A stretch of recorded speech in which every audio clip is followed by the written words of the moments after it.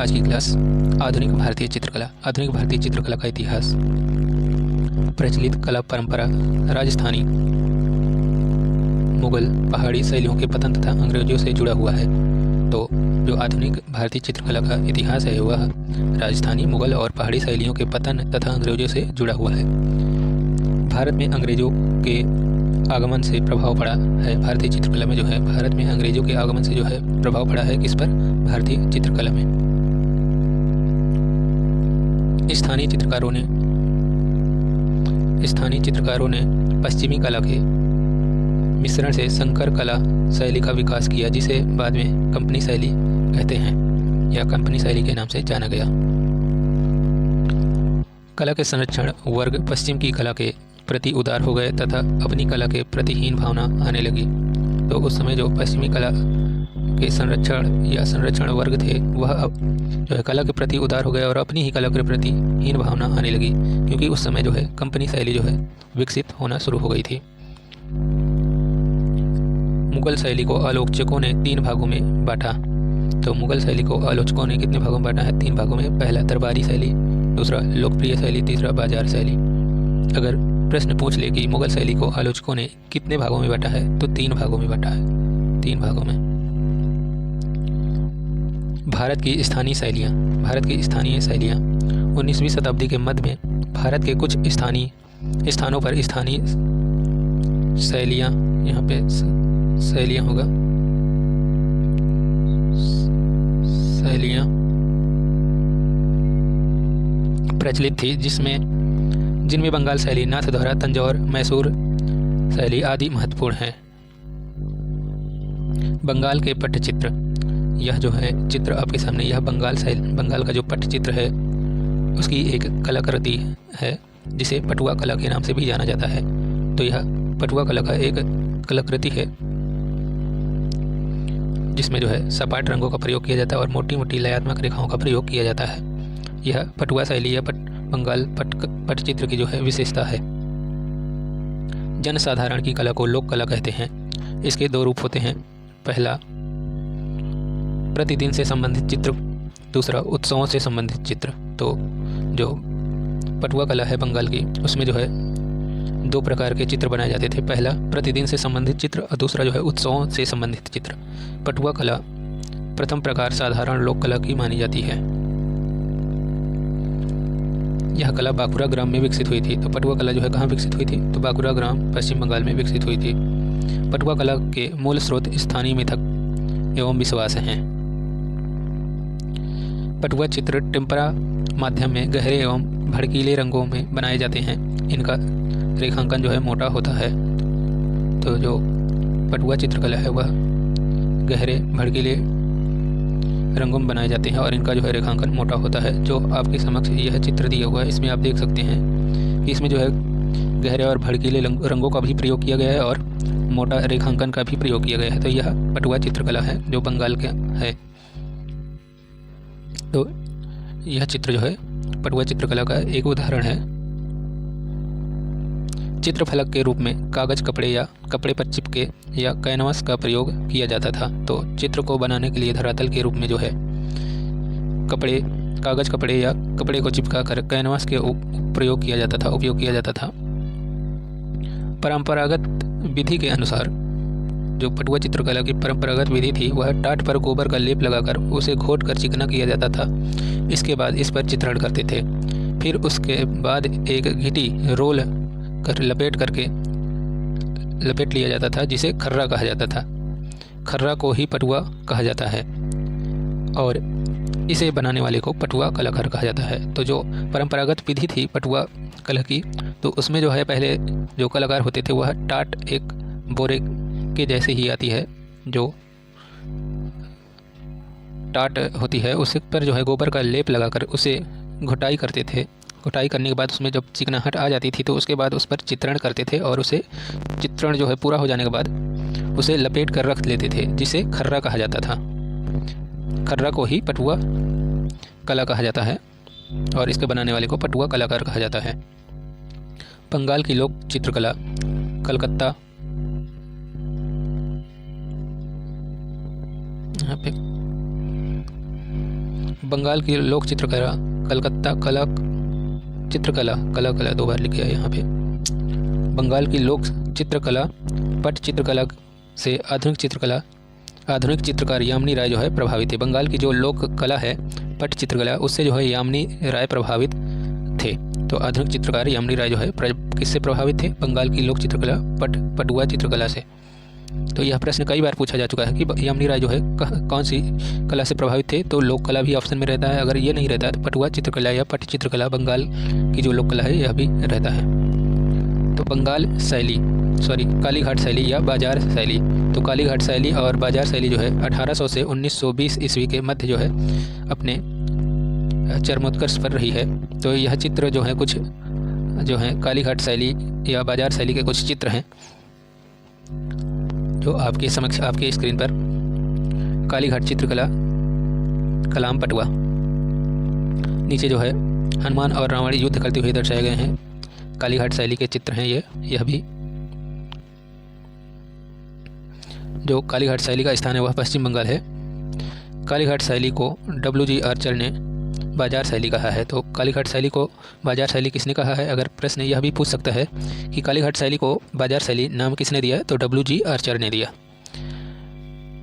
कालीघाट शैली का विकास कलकत्ता के काली मंदिर से जुड़ा हुआ है। तो कालीघाट शैली का जो है विकास किस मंदिर से जुड़ा हुआ है? कलकत्ता के काली मंदिर से जुड़ा हुआ है। इन चित्रों को मोटे कागज पर कपड़ा चिपका कर तैयार किया जाता है। तो कालीघाट के चित्रों को किस प्रकार तैयार किया जाता है? कागज के मोटे कागज पर तथा कपड़ा चिपका कर तैयार किया जाता है। ये चित्रों को टेम्परा माध्यम में मोटी व गतिशील रेखाओं में बनाया जाता है। तो कालीघाट के चित्रों का रेखांकन कैसा होता है? मोटी एवं गतिशील रेखाएं। इन चित्रों के सेट भी तैयार किए जाते हैं जिन्हें फिरका कहा जाता है। तो कालीघाट के सेट चित्रों को क्या कहा जाता है? फिरका कहा जाता है। इस प्रकार के चित्र जो है कालीघाट के चित्र जो है कहाँ पे बनाए जाते हैं? बंगाल में किस स्थान पर, कौन कौन से स्थान पर बनाए जाते हैं? निदानपुर, हुगली, बर्धमान, मुर्शिदाबाद, वीरभूमि आदि स्थानों पर जो है कालीघाट के चित्र बनाए जाते हैं। तो अब चलिए देखते हैं कालीघाट के चित्रकार कौन कौन से हैं। तो कालीघाट के चित्रकार थे NC घोष, गोपाल दास, KC घोष, पाल, वैरागी, नीलमणि दास। तो यह सभी जो कलाकार हैं यह कालीघाट के चित्रकार हैं। 1917 में स्टायार्ड किपलिंग ने कालीघाट के कुछ चित्रों को Victoria and Albert museum London को भेंट किया, जिस पर अजीत घोष ने एक शोध पत्र 1926 में रूपम पत्रिका में प्रकाशित किया था। तो कालीघाट के कुछ चित्र जो है Victoria and Albert museum London को किसने भेंट किया था? तो स्टायार्ड किपलिंग ने 1917 में। और इस पर जो है लेख किसने प्रकाशित किया था? अजीत घोष ने 1926 में रूपम पत्रिका में प्रकाशित किया था। तो यह प्रश्न भी बन सकता है। तो आप सब लोग जो आप सबको महत्वपूर्ण पॉइंट्स लगे उसे जो है अपनी नोटबुक में नोट करते जाइएगा, क्योंकि इसमें से भी बहुत सारे क्वेश्चन बन सकते हैं। तो आपको जो भी ठीक लगे, अच्छा लगे कि हाँ परीक्षा में पूछा जा सकता है, तो उसको ज़रूर नोटबुक में नोट करिएगा।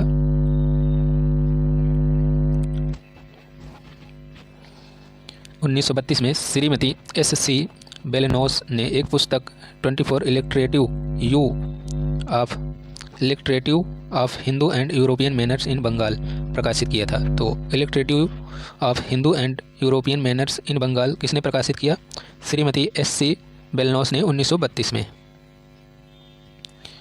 मुकुल चंद्र डे ने drawings and painting of Kalighat लेख प्रकाशित किया। तो drawings and paintings of Kalighat लेख किसने प्रकाशित किया? मुकुल चंद्र डे ने।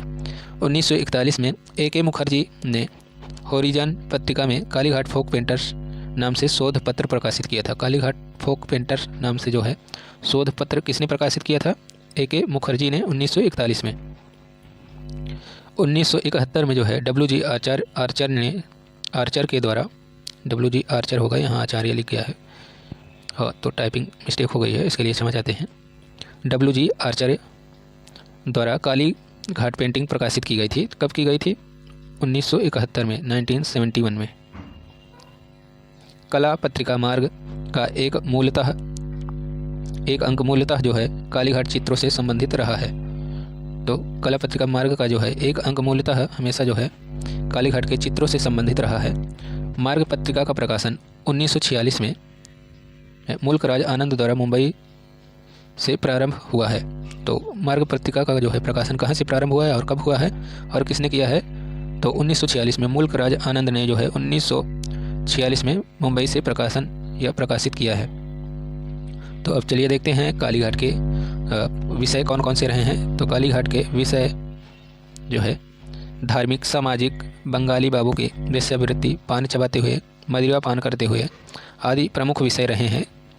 तो कालीघाट के विषय कुछ इस प्रकार के रहे हैं: धार्मिक, सामाजिक, बंगाली बाबू की वेश्यावृत्ति, पान चबाते हुए, मदिरा पान करते हुए आदि प्रमुख विषय रहे हैं।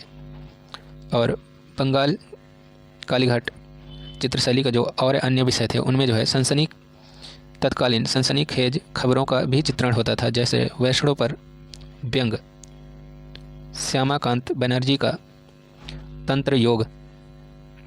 अब चलिए देखते हैं उड़ीसा के पटचित्र। उड़ीसा के पटचित्र की जो कलाकृति है वह आपकी स्क्रीन पर है। देखिए उड़ीसा के पटचित्र की शैली कैसी थी।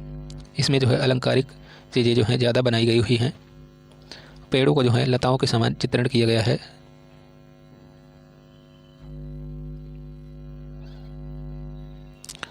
उड़ीसा पटचित्र में जो है राधा कृष्ण जो है विषय रहे हुए हैं। 17वीं शताब्दी में उड़ीसा के स्थानीय चित्रकला में मुगल शैली, दक्षिणी शैली एवं तथा विजयनगर शैली का मिश्रण दिखाई देता है या दिखाई पड़ता है। तो उड़ीसा के स्थानीय चित्रकला में जो है मुगल शैली, दक्षिणी शैली और विजयनगर शैली का जो है मिश्रण दिखाई पड़ता है। लोक कला का वेग अपभ्रंश शैली के अंतराल व्यवस्था, विजयनगर शैली की आकृति विधान तथा दक्षिणी शैली की अलंकारिकता, मुगल शैली की रेखांकन की बारीकी का मिश्रण है। तो इसमें जो है इन सभी शैलियों की कुछ विशेषताएं जो है समाहित हैं। तो इन सभी विशेषताओं को मिलाकर जो है उड़ीसा का पटचित्र शैली जो है तैयार हुई है। उड़ीसा पर कालीघाट तथा कंपनी का भी प्रभाव था। तो उड़ीसा शैली का जो उड़ीसा पटचित्र शैली है उस पर जो है कालीघाट और कंपनी शैली का भी प्रभाव था। तो उड़ीसा का विषय वस्तु मुख्यतः राधा कृष्ण से संबंधित रहा है। तो हमने आगे भी आपको चित्र भी दिखाया है कि राधा कृष्ण से ही संबंधित रहा है उड़ीसा का जो है मुख्य विषय। उड़ीसा के चित्रण कपड़े पर हुआ है। तो उड़ीसा के जो चित्रण हुए हैं वह जो है कपड़े पर हुए हैं। इनमें जो है वृक्षों को लताओं के समान जो है बनाया गया है। तो उड़ीसा पटचित्र में जो है वृक्षों को जो है लताओं के समान बनाए गए हैं। तो अब चलिए अगला टॉपिक देखते हैं, नाथद्वारा के पटचित्र। नाथद्वारा के पटचित्र कहाँ या किस राज्य से संबंधित हैं? तो राजस्थान से। तो नाथद्वारा जो है मेवाड़ की प्रसिद्ध उपशैली है। तो मेवाड़ की प्रसिद्ध उपशैली है नाथद्वारा। यह नाथद्वारा का एक प्रसिद्ध चित्र है जो श्री कृष्ण जी को ही नाथद्वारा जी कहा जाता है। तो उन्हीं से संबंधित यह प्रसिद्ध चित्र नाथद्वारा शैली का। यहाँ पर श्रीनाथ या श्री कृष्ण का स्वरूप प्रमुख केंद्र है। तो जो नाथद्वारा शैली है इसमें जो है श्री कृष्ण का ही स्वरूप प्रमुख केंद्र है। 17वीं शताब्दी में नाथद्वारा के चित्रकला का विकास हुआ है। तो 17वीं शताब्दी में जो है नाथद्वारा शैली का जो है विकास हुआ है। पिछवाई या पटचित्र नाथद्वारा की देन है। पिछवाई या पटचित्र जो है का संबंध किससे है? नाथद्वारा चित्र शैली से। पिछवाई भगवान की मूर्ति प्रतिमा के पीछे सजाने के लिए बनाई जाती है। कृष्ण लीला, पशु पक्षी आकृति, प्रकृति दृश्य का अंकन किया जाता है। इसमें जो है नाथद्वारा के फलक रूप में भी चित्र बनाए जाते हैं। तो अब चलिए देखते हैं नाथद्वारा के प्रमुख चित्रकार। तो नाथद्वारा के प्रमुख चित्रकार कौन कौन हैं? खूबीराम, गिरधारी लाल, नरोत्तम नारायण, घासीराम, हीरालाल, घनश्याम, नयन सुख, भंवरलाल, गुलाब जी मिस्त्री, राजेंद्र शर्मा। यह सभी कलाकार जो हैं नाथद्वारा शैली के कलाकार हैं। नाथद्वारा के सम्मुख या नाथद्वारा के समान मथुरा तथा वृंदावन में चित्र बनाए जाते हैं। तो नाथद्वारा के समान ही जो है और कहाँ चित्र बनाए जाते हैं? वृंदावन तथा मथुरा में बनाए जाते हैं। अब आगे देखते हैं तंजौर शैली के चित्र। तो यह तंजौर शैली की कलाकृति है जो आपकी स्क्रीन पर है। तो आप देख सकते हैं कि तंजौर शैली में किस प्रकार चित्र बनाए जाते थे। दक्षिण चित्रकला का विकास दो विभिन्न क्षेत्रों में हुआ, तंजौर और मैसूर में। तो दक्षिण चित्रकला का जो विकास है वह दो क्षेत्रों में हुआ था, तंजौर और मैसूर में। तंजौर में 17वीं से 18वीं शताब्दी में मराठा शासकों के संरक्षण में इस शैली का विकास हुआ है। तो तंजौर शैली का जो विकास हुआ है वह 17वीं से 18वीं शताब्दी में मराठा शासकों के संरक्षण में इसका विकास हुआ है। यहाँ के कलाकार राजस्थान से आए थे। तो तंजौर शैली के कलाकार कहाँ से आए थे? राजस्थान से आए थे। तंजौर के अंतिम राजा शिवाजी के शासनकाल में चित्रकारों के 18 परिवार हाथी दांत तथा काष्ठफलक पर चित्र बनाते थे। तो तंजौर के जो अंतिम शासक थे शिवाजी, उनके शासनकाल में कितने परिवार जो है हाथीदांत तथा काष्ठफलक पर चित्र बनाते थे? तो 18 परिवार। काष्ठफलक पर ये चित्रकार जल रंगों द्वारा चित्र बनाते थे। इन चित्रों पर सोने का, हीरे या जवाहरात आदि भी लगाए जाते थे या प्रयोग किए जाते थे। तो यह जो है चित्र के माध्यम से आपको दिखा रहे हैं कि किस प्रकार तैयार किया जाता था जो तंजौर चित्र है। यह चित्र तंजौर के राजमहल तथा पुदुकोटा के राजमहल में सुरक्षित हैं। तो आज भी यह चित्र आपको देखने को मिल सकते हैं। कहाँ पर? पुदुकोटा के राजमहल तथा तंजौर के राजमहल में। शुद्ध एवं सपाट रंगों के द्वारा चित्रों की भूमि जो है सदैव लाल हरा या हरा भरा जाता था। आकृतियों का रेखांकन सुनहरे गहरे लाल रंगों से किया जाता था। तो आकृतियों का जो है चित्रांकन या रेखांकन जो है सुनहरे व गहरे लाल रंगों से किया जाता था। इन चित्रों के सजावट के लिए कांच के टुकड़ों का भी प्रयोग किया जाता था और इन्हें पूर्ण होने में जो है 20 दिन लग जाते थे। तंजौर शैली के चित्रों के विषय जो है रहे हैं रामायण, कृष्ण लीला आदि प्रमुख विषय रहे हैं। तो तंजौर शैली का जो मुख्य विषय रहा है रामायण और कृष्ण लीला, इसके अलावा भी अन्य विषय भी रहे हैं जिस पर काम किया जाता था। तो तंजौर की ग्लास पेंटिंग के बारे में देखते हैं। तो तंजौर की ग्लास पेंटिंग जो है यह आपकी स्क्रीन पे है। तो क्लियर नहीं दिख रहा है, थोड़ा ब्लर है। आप लोग गूगल पर जा कर के आप लोग देख लीजिएगा सर्च करके कि तंजौर की ग्लास पेंटिंग या उसकी तकनीकी और किस प्रकार की जाती है। तो तंजौर की ग्लास पेंटिंग या कांच चित्रण प्रमुख रहे हैं। तो तंजौर की जो ग्लास पेंटिंग है वह कांच पर ही, उसका जो धरातल होता था कांच होता था। हाथी दांत पर बने व्यक्ति चित्र जो है तंजौर शैली में 6 इंच के रहते थे। तो उसकी जो हाइट होती थी, साइज होता था 6 इंच होता था। तंजौर शैली में जो व्यक्ति चित्र बनते थे वह हाथी के दांत पर बनते थे। प्रारंभ में यह कार्य चीनी कलाकारों द्वारा किया जाता था। तो प्रारंभ में यह कलाकार जो है चीनी कलाकारों द्वारा किया जाता था। टीपू सुल्तान ने भी कांच पर चित्रण करवाया था। तो टीपू सुल्तान ने भी कांच पर चित्रण करवाया था। इस पद्धति में कांच पर टेम्परा तकनीकी में अपारदर्शी रंग भरे जाते थे। अंत में मरकरी या सुनहरा वर्क लगाकर चमका दिया जाता था। तंजौर के ग्लास पेंटिंग के चित्रकार जो है आंध्र प्रदेश के राजू जाति के थे। तो तंजौर के जो कलाकार थे या चित्रकार थे वह कहाँ के थे और किस जाति के थे? तंजौर के जो कलाकार थे वह आंध्र प्रदेश के राजू जाति के लोग थे। हाथी दांत पर बने व्यक्ति चित्र 6 इंच के रहते थे। प्रारंभ में यह कार्य चीनी कलाकारों द्वारा किया जाता था। टीपू सुल्तान ने भी कांच पर चित्रण करवाया था। अपारदर्शी तकनीकी, टेम्परा तकनीकी में अपारदर्शी रंग भरे जाते थे। अंत में जो है मरकरी सुनहरा वर्क लगाकर चमका दिया जाता था। तो तंजौर की ग्लास पेंटिंग जो है चित्रकार थे आंध्र प्रदेश के राजू जाति के। तो मैसूर शैली किस राज्य से संबंधित है? कर्नाटक से। तो यह मैसूर शैली का जो है चित्र है, आप लोग देख लीजिए।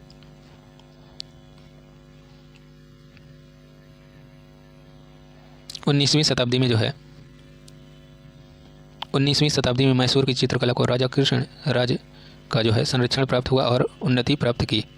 यहाँ के चित्रकार हाथी दांत या काष्ठफलकों पर सभी ही चित्र बनाते थे। सभी चित्र यानी व्यक्ति चित्र या पोर्ट्रेट, इनका संग्रह जो है हम मैसूर के राजभवनों में देख सकते हैं आज भी। तो यह थी आज की क्लास जो आपके आगामी परीक्षाओं से संबंधित थी। तो भारत में कला का क्रमिक विकास का जो है अगला भाग लेकर आए थे। तो कैसा लगा आज की क्लास जो है, कैसी लगी? तो कमेंट बॉक्स में ज़रूर बताइएगा और जो भी पॉइंट्स आपको महत्वपूर्ण लगे उसे ज़रूर नोट किया करिए, क्योंकि आप सबके परीक्षाओं में कोई भी प्रश्न आए तो वह इन सभी टॉपिक से अगर संबंधित है तो गलत ना हो। हम यही चाहते हैं कि आपके जो है एग्ज़ाम बहुत अच्छे हो, आप सभी का सिलेक्शन हो। तो कैसी लगी जो है आज की क्लास, कमेंट बॉक्स में ज़रूर बताइएगा। Thanks for watching this video.